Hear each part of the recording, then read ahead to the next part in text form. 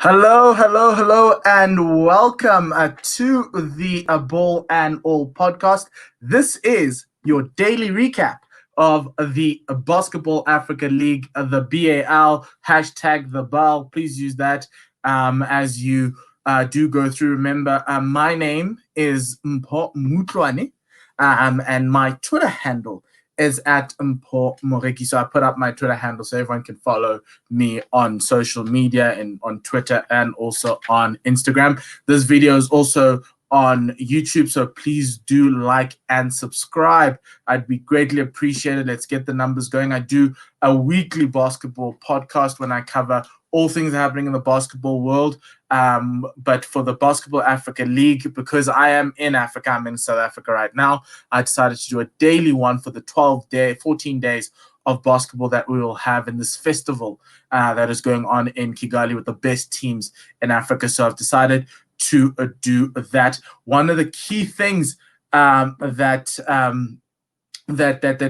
is important about this is this tournament is important for the growth of basketball and the economy around basketball, and I am part of that economy around basketball.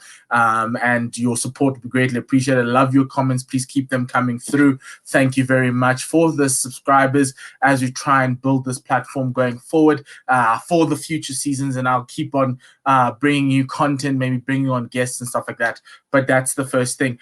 The whole point of today is the daily recap. We've covered. So what we normally do on the daily recap is we cover the previous night's late game, evening game, and then the 2-day games today. But sadly today there was only one game that happened at 5:30, and we're going to cover the previous night's game. The title of the show is "The Favorites Take to the Court," largely because we saw last night, and this is the first game that I'm going to be covering, US Monastir take on GNBC. And the important thing about this game, if you want to know, this game was a blowout.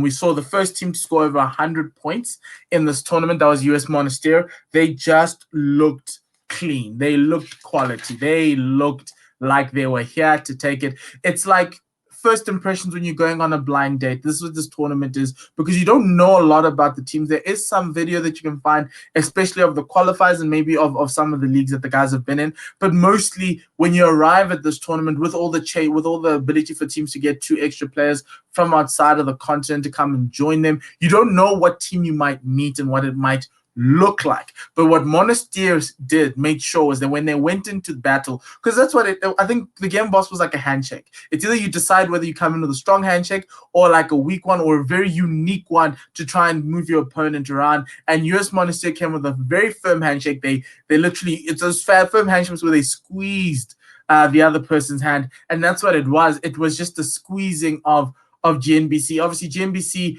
coming through the qualifiers, third in the East Division. They also knew who they were playing, a powerhouse, a team that won the African Championships in Club Championships in 2017. So they kind of knew who they were playing, and some of these players playing in Saudi Arabia. So they knew that the level would be high. But obviously, they're trying to figure out how high that level is, and they just got rolled.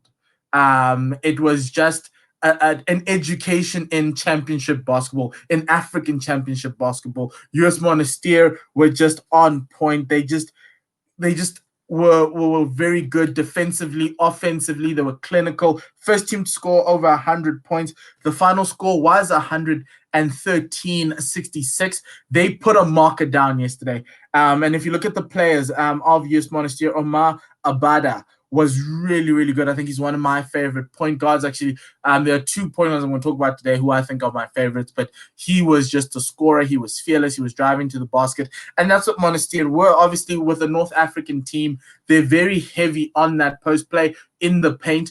And it was great to see somebody who was a guard who was coming in and out. He's got 13 points yesterday, 62% field goal, which means he was driving really, really well to get to the basket. Good use of his feet. But the player who scored 24 points, his name was Makrem Romdane. He was just very good. He scored 23 points with an 87% field goal percentage. He was the MVP of the night. He just was very good, dominating in the post, in the low post as well. So very, very good play from Monastir. GNBC with the American Calvin Ridley, who played in Texas. He's a mountain of a man, a mountain of a man. Got a little bit injured, only played for about 12 minutes, or was it about 16 minutes? Calvin Ridley played, yes, for his 12 points. He's someone that they can build around. He's not as athletic as you'd want your centers to be, especially in the modern game where centers need to be able to be drawn out onto the perimeter and try and defend. Monastir just moved them around like chess pieces. You just move the ball around inside, outside, and you take it out to the point where GNBC, when they're struggling to defend, they just went to a zone. And the problem with the zone is when you rebound, the man in the middle needs to be able to pick up a man, and they just couldn't. It was very tough for them. And you can see that with 17 second chance points to 4, it was just 64 points in the paint. Just tells you a story about a team that really struggled on the air to defend on the interior, and that was GNBC. They are in Group B. Group A with Patriots and Rivers Hoopers. I beg your pardon, was Group A with Patriots and Rivers Hoopers. So GNBC does have a chance of making it to the playoffs. They just need to make sure that they win. They remain in games. They play the Patriots tomorrow in a couple of days. I think it's tomorrow in the late game, and so that's going to be quite important for them as they go through and try and resurrect. It's not all lost. You kind of see that Monastir has set the barrier high. I think Patriots and Rivers Hoopers, Patriots being the good side they are, I think they will end up struggling against a Monastir. Rivers Hoopers will have to pull out a miracle for them to be able to stay in this tournament by beating Monastir, and that's what the tough part about that loss for Rivers Hoopers, who were favorites to come out of Group A, was that losing to a team like the Patriots kind of set them back and forced them to either beat Monastir or need a hope that GNBC beat the Patriots, and then you can have like a three-way playoff situation playing for spots 2, 3, and 4, with Monastir winning out entirely. So those are the Group A dynamics, and we'll talk about it later on as we go into the show. But that was it. It was just clinical, and to a certain extent it was. But there was a player that I think you should watch in this GNBC team. His name is Elirandria Mampionona, the number 1 of that team. He scored 26 points last night. Was very good. He seemed fearless in the face of everything else. Normally when teams are being blown out, some guys just tend to just go back into their shells. He just had the energy to just carry on throughout the night and keep on scoring and just keep putting the boards down. And I'm assuming against the Rivers Hoopers or Patriots, they may be able to pull out something and be a lot more competitive than it was now. But it is essentially it's a single elimination type of situation that's happening in this tournament. So you play a team once, you can beat them on the day. You could be having a great day, they could have a bad shooting day, and so those are the things. But they got a bit of a lesson when it comes to African continental basketball. But hey, they're at the party, and that's what is a truly important. As we move on to our next game, that was Petro de Luanda versus AS Police. Just a reminder to keep subscribing to the channel and send through your comments. So the next game was Petro de Luanda of Angola versus AS Police of Mali. AS Police coming through the qualifiers as well. In the West Division, they were AS Police, just bear with me there. They were in the West Division. They were 3rd place in the West Division. They came up against Petro de Luanda, the powerhouse, 14-time Angolan champs, multiple-time African champions. They've been to AfroBasket. They've won AfroBasket. They've got AfroBasket MVPs littered around that team, internationals. And Petro de Luanda coming out 84-66 winners in that matchup, an 18-point deficit there. It was just beautiful to see in the first quarter, similar to what I meant with the handshake. It's a first impression type of vibe, and Petro de Luanda set the bar very high. First quarter was 29-9. They were just on point. They were just flying through it. They just showed that level. The big problem with AS Police was that their defense worked in spurts. So there'll be moments where they will want to defend, and there'll be moments where they do not want to defend. They didn't rebound well at all. Petro de Luanda had 7 offensive rebounds in the first quarter alone.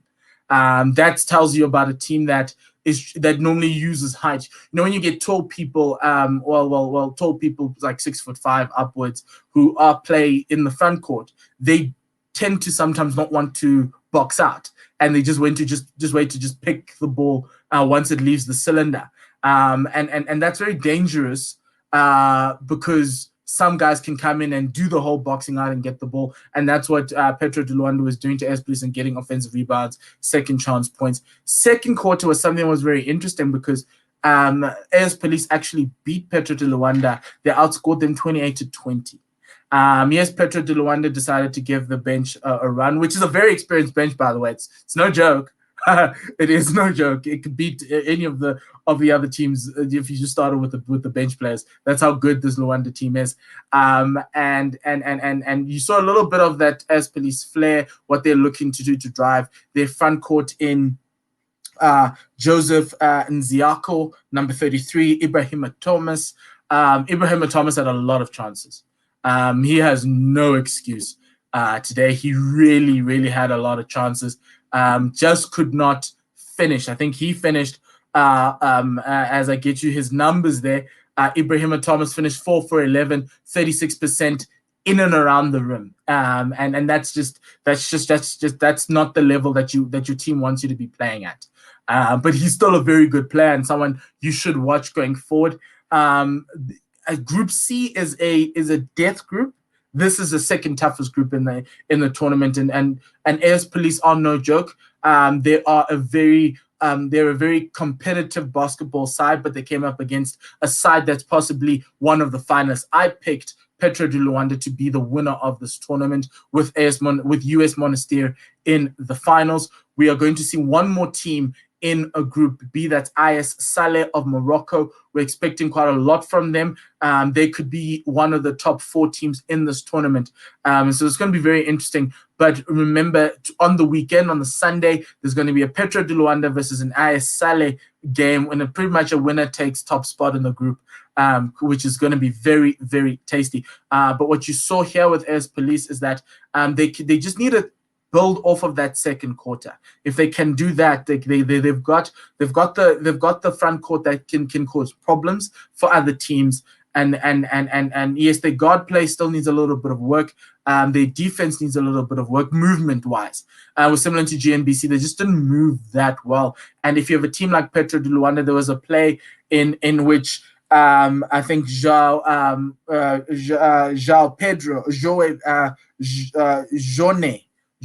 Pedro, the number 21, who was the MVP, with 17 points, 17 rebounds. He ended up with the ball on the low block after everybody, all 5 players having touched the ball of Petro de Luanda. And the reason why he got is that the help defender came out and it was just an easy pass down into the low post. That's what Petro de Luanda are. They're very cerebral when it comes to basketball. You can see that these guys have done this so many times. Guys who played in Portugal, guys who played around the world, coming to represent their country, and they know what they're here to do, and they showed it. They didn't break 100 like Monastir, but it'll be very interesting to see them and Monastir later on. I'm excited for next week because next week's going to be a massive fight, a heavyweight clash across all these teams in the playoffs. I think that this tournament we'll see obviously after this game. There are about 8 good teams in this tournament. In those 8, there are guys who are like tier A, tier B, but of those good teams, on any day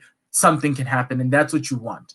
And I'm really glad that this format was chosen, even though, yes, we're in COVID and we got the COVID protocols. So that's what's going. But Petro de Luanda were just really great. João, number 41, Joaquin, was very good. He scored 16 points. He's their center, and he was just hanging around the 3-point line. He was 3 from 4 from the 3-point line, 50% from the field. Very dominant.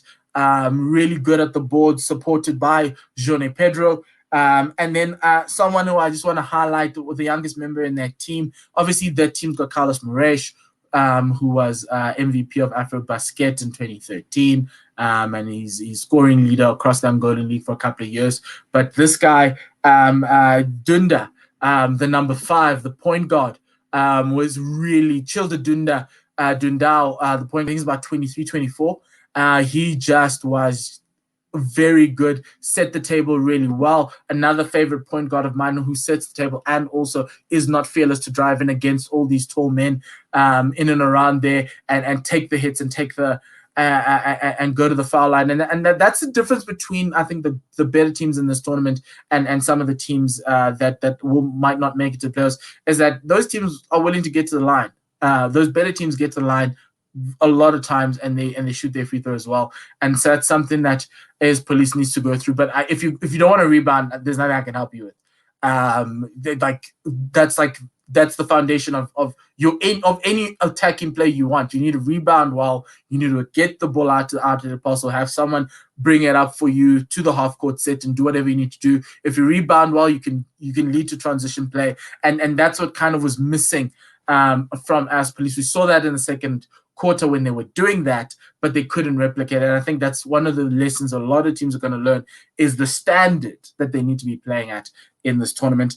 Let's go through. So we've done the recap. So the final game is AS Saleh tonight against I'll get that for you as I try and get the games happening. So we've already seen that is 5 games have been played.